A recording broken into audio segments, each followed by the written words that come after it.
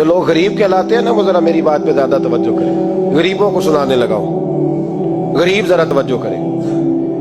غسان کے بادشاہ نے اسلام قبول کر لیا اور اسلام قبول کرتے ہی وہ آئے حج کرنے۔ حج کے بعد فارغ ہوئے تو ایک نفلی طواف کر رہا تھا غسان کا بادشاہ، شاہ غسان۔ آج تو خانہ کعبہ میں بھی وی آئی پی پروٹوکول ملتا ہے، آج تو مسجد نبی میں بھی وی آئی پی پروٹوکول ہوتا ہے، یہاں آ کے بھی، یہاں بھی اور دیکھتے صحیح تجھ کھڑا کہاں ہے، طواف کعبہ ہو رہا ہے۔ اور غسان کے بادشاہ نے جبہ پہنا ہوا ہے باریک اور لمبا، وہ طواف کعبہ کر رہا تھا تو ایک غریب آدمی کا پیر اس کے جبے پہ آ گیا۔ جب پیر آیا تو اس نے پلٹ کے غریب کے منہ پہ تھپڑ مارا۔ جب تھپڑ مارا تو اس غریب نے سیدنا فاروق اعظم کی عدالت میں مقدمہ کر دیا، کہا بادشاہ نے تھپڑ مارا ہے۔ حضرت عمر فاروق رضی اللہ تعالیٰ عنہ نے بادشاہ کو بلایا، فرمایا تو نے اس غریب کو مارا ہے؟ کہا جناب اس نے پیر رکھا تھا۔ تو فرمایا پیر رکھا تھا تو کیا ہو گیا، تو نے کیوں لمبا جبہ پہنا تھا، تجھے سمٹ کے چلنا چاہیے تھا۔ کہا میرے لیے حکم کیا ہے؟ حضرت عمر کہنے لگے یہاں اسے رات میں راضی کر لے، ورنہ صبح اسی جگہ اسی کونے میں خانہ کعبہ کے سائے میں وہ غریب تیرے منہ پہ تھپڑ مارے گا اور تجھے تھپڑ کھانا پڑے گا۔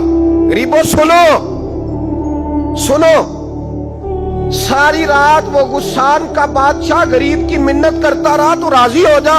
جتنے غریب تن ہیں لباسوں سے دور دور، اتنی ہی چادریں میں مزاروں سے چھین لوں، اور جتنے غریب گھر ہیں اجالوں سے دور دور، اتنی ہی روشنی میں ستاروں سے چھین لوں۔ اتنی تو ہمتیں ہو میری کم سے کم بلند کہ شاہوں کے تاج فقط اشاروں سے چھین لوں۔ تمہاری زیادتی ہے، تم نے ظلم پروان چڑھایا ہے۔ جب تم چودھری کے کہنے پر، ایم این اے کے کہنے پہ راضی ہو جاتے ہو، جب اسے کہا نا راضی ہو جا، تو وہ غریب کہنے لگا میں راضی ہو جاؤں اور کل تو کسی اور کو بھی تھپڑ مارے۔ فرمایا جتنی تیرے پاس دولت ہے لا کے قدموں میں رکھ۔ ہم دولتوں کی پرواہ اس لیے نہیں کرتے کہ ہم نے محمد عربی کا چہرہ دیکھا ہوا ہے، اب میری نگاہوں میں جچتا نہیں کوئی، اس لیے کہ جیسے میرے محبوب ہے ویسا نہیں۔ ساری رات مناتا رہا۔ حضرت عمر سے کہنے لگا وہ نہیں مانتا، تو جناب عمر کہنے لگا پھر تیاری کر لیں، ہم بادشاہ نہیں دیکھیں گے، دولت نہیں دیکھیں گے، ہم رسول اللہ کا دین دیکھیں گے، ہم نبی پاک کا نظام دیکھیں گے۔ وہ بادشاہ رات کو دوڑ گیا، بھاگ گیا، جا کے عیسائی ہو گیا۔